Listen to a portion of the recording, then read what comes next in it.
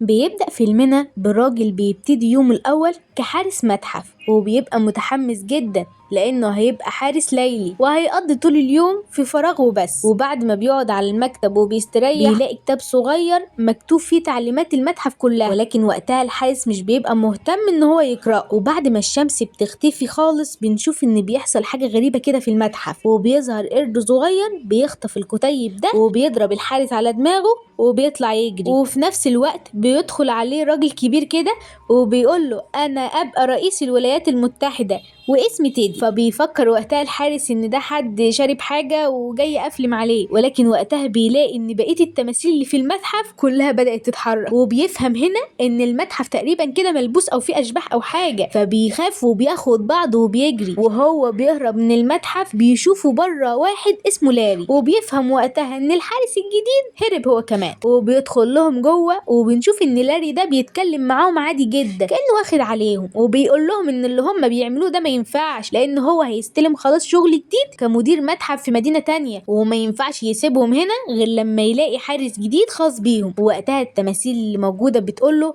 انهم هيفضلوا يعملوا كده مع اي حد يخش عليهم المتحف لحد ما يلاقوا واحد شبهه بالظبط كده عشان يعرفوا يتعاملوا معاه. وبيدوله اقتراح ان هو ممكن يعين ابنه مكانه كحارس جديد لانه اتربى معاهم وعارف كل اسرارهم. فبيفكر لاري في الموضوع، وبنشوف نيك اللي هو ابن لاري وهو رايح لاوديشن عشان بيكون عايز يدخل مع فرقة موسيقية. ولما بيدخل بيحاول يقنع المدربة ان هو بتاع دي جي، يعني مش هيعزف على موسيقى، هو دي جي بس، ولكن بيحصل سوء تفاهم في المقابلة وبيدخل زميل ليه وبيرخم عليه. وبيفهم نيك ان هم مش مقتنعين بالفكرة، فبياخد بعضه بدون احراج وبيمشي وبيروح يقعد مع باباه. وبيحاول وقتها باباه ان هو يقنعه انه يبقى حارس المتحف، فبيقول له ان مامته عمرها ما هتوافق، لكن باباه بيقول له ان هو ومامته مشتركين في تربيته واكيد هو هيحاول يقنعها. بيقول له ان شغله في المتحف ده هيرجع ثقته في نفسه تاني. وبيروح لاري ونيك لمامته اللي اسمها إريكا، واللي بتكون رافضة خالص موضوع شغله بالليل في المتحف. فبيحاول لاري ان هو يقنعه، بيقول لها ان هو زمان كان شخصيته ضعيفة زيه كده،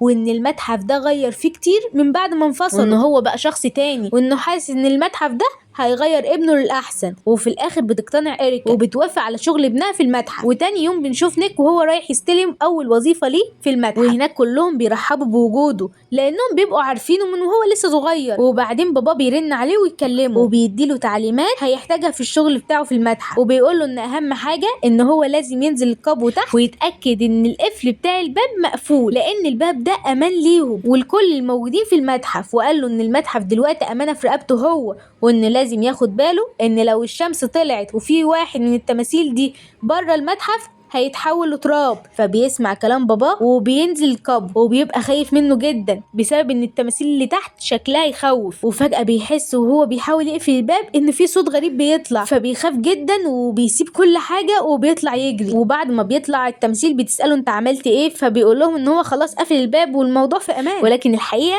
ان هو سابه مفتوح. وبسبب الغلطة دي في تمثال جديد قام، وهو تمثال اسمه كامون راع، وبيكون راجع عشان عاوز يحتل العالم كله. يفتكر وقتها ان النبوءة اتحققت. وبعدين بنشوف نيك وهو واقف مع بقية التماثيل وبيبقى شكله متوتر جدا. وبعدين التماثيل بياخدوا بالهم ان اللوحة اللي بتحركهم اللي كانت متعلقة على الحيطة معادش موجودة، وفجأة بيظهر ليهم كامون راع وهو ماسك اللوحة دي في ايديه، وبيكون جاي عايز ينتقم من لاري، لان بنفهم ان هو السبب في حبسه في القبو الفترة دي كلها، وان هو رجع تاني عشان يصحي الجيش بتاعه اللي في العالم السفلي ويسيطر بيه على العالم كله. وبياخد اللوح وبيجري بيها، وبيحاول كل التماثيل الموجودة انهم يوقفوه عشان ياخدوا منه اللوح ده، ان هو بيفلت منهم وبيحبسهم في المكان وبيخرج بره المتحف خالص. وقتها لاري بيفتكر ان هو معاه المفاتيح فبيقدر يخرجه، ولما بيخرجوا بره مش بيلاقوه وبيكون اختفى خالص، ومش بيبقوا عارفين هو راح فين، لحد ما بتقوله جان دارك ان هي جات لها رؤية، والرؤية دي فيها ان كامون راع فضل يجري لحد ما راح عند الرئيس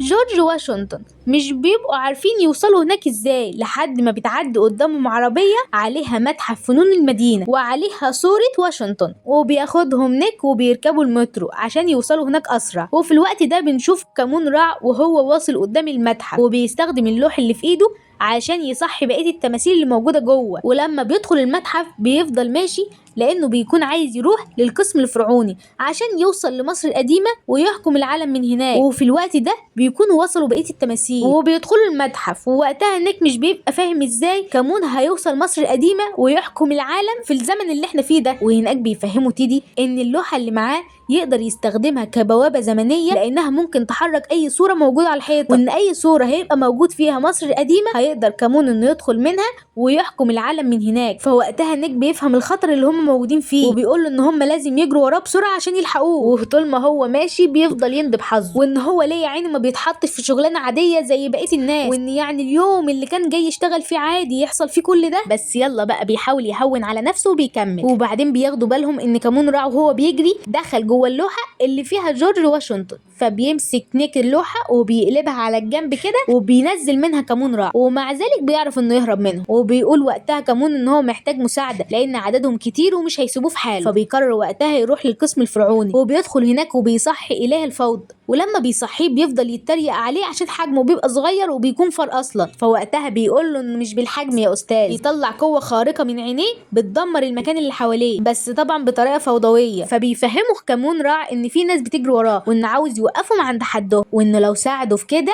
هياخدوا معاه عشان يحكموا مصر القديمه. ساعتها الفار اللي اسمه ست ده بيحسه عبيط بس بياخده على قد عقله، وبيفضل يضرب عليهم بعينيه وبيدمر المكان بالكامل، لكن من غير ما يأذي اي حد منهم، ما هو مش شايف بقى. فوقتها كامون راع بيحس ان هو صح الشخص الغلط، وبيروح يصحي تمثال على شكل عقرب وبيخليه يجري وراهم، لكن كلهم بيتحدوا سوا وبيفضلوا يضربوا فيه لحد ما بيهزموه. بعد ما بيهزموه بيروحوا يجروا بسرعه عشان يلحقوا كامون راع، وبيدخلوا القسم الفرعوني وبيوصلوا عند لوحة مصر القديمة، وبيلاقوا ان البوابة بتاعتها مفتوحة، وبيفهموا ان اكيد كامون راع وست هما اللي دخلوا فيها، وبيقرروا كلهم ان هما لازم يروحوا وراهم عشان ينقذوا العالم من حكم كامون. ولكن وقتها نيك بيكون خايف عشان الوقت بيبقى قصير، وان لو الشمس طلعت وهما لسه بره هيتحولوا كلهم لتراب. فبيظبط التايمر عشان يعرف هما هيقعدوا قد ايه، وبيفهمهم ان لسه 4 ساعات على ما الشمس تطلع. وبيدخل معاهم في اللوحة وبيدخلوا جوه مصر القديمة، وبيكون كل اللي حواليهم عبارة عن رمل. وفي لحظة كده بيحس نيك ان هو مش قد المسؤولية، وبيقول لهم ان هو مش هيقدر يكمل وان هو كان مجرد ولد طايش مش اكتر. فبيحاولوا بقية التماثيل ان هم يرجعوا له ثقته في نفسه تاني، وبيقولوا ان هم عملوا انجازات كتير وهم في سن اصغر منه، وان هو كمان يقدر يعمل زيهم ويبقى شجاع وقوي، ولكن لازم يثق في نفسه الاول. وبيكون وقتها كامون راع وست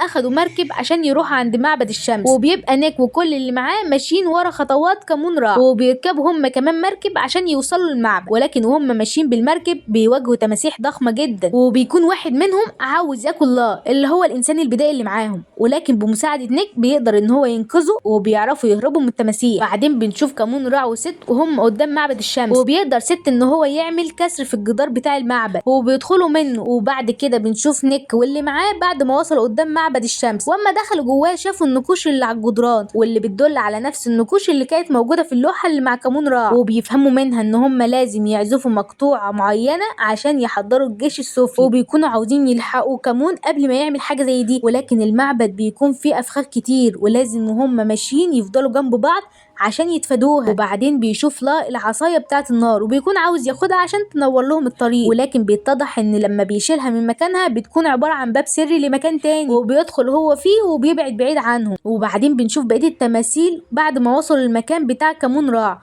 كامون راع بيستخدم اللوحه بتاعته ان هو يصحي التماثيل اللي هم الحراس اللي واقفين قدامه، وبيقول لهم ان هم لازم يحموه من الناس اللي قدامهم دي، وبيسيبوا يمشي. ولكن الحراس بيفضلوا يتحاربوا مع التماثيل بتاعه نيك، وبيلاحظوا ان نقطه ضعفهم في الكريستالة اللي موجودة في عينيهم، فبيدمروها وبيشلوها من عينيهم خالص عشان وقتها مش هيقدروا يعملوا لهم حاجة. وبعدين بنشوف كامون راع بعد ما قدر يوصل للغرفة العليا اللي في المعبد، وبيكون كل اللي هو عاوزه انه يحط اللوحة في التابوت عشان يقدر يعزف المقطوعة بتاعته ويصحي جنود العالم السفلي. وفعلا بيقدر يعمل اول حاجة، ولكن لما بيجي يعمل التانية بيقع عليه لا من مكان عالي وبيشتت انتباهه. ولما بيجي يعزف التالتة بيقع عليه راعي البقر واكتافيوس والقط بتاعهم من مكان عالي برضه، ولكن بيقوم تاني وبيعزف اخر مقطوعة، وفعلا بينجح في انه يحرر جنود الظلام، وبيأمرهم ان هم يقتلوا كل الموجودين، وبيدخلوا كلهم في شباك مع بعض لحد ما بيفكر نيك انه لو عزف المقطوعة بشكل عكسي هيقدر يرجع الجنود مكانهم. وفعلا بيروح عشان يعمل كده، وقبل ما يحط اخر مقطوعة بيجي كامون وبيشيلها خالص، ولكن بيتصرف نيك وقتها وبيطلع التابلت بتاعه وبيقول له ان العازف دايما